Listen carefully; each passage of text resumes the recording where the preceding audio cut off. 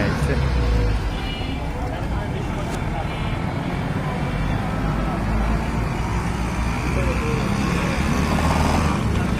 এই যে ডুলিফেরা চমনিতে প্রত্যেক দিন এই জায়গাটাতে অ্যাক্সিডেন্ট হয়, প্রত্যেক দিন।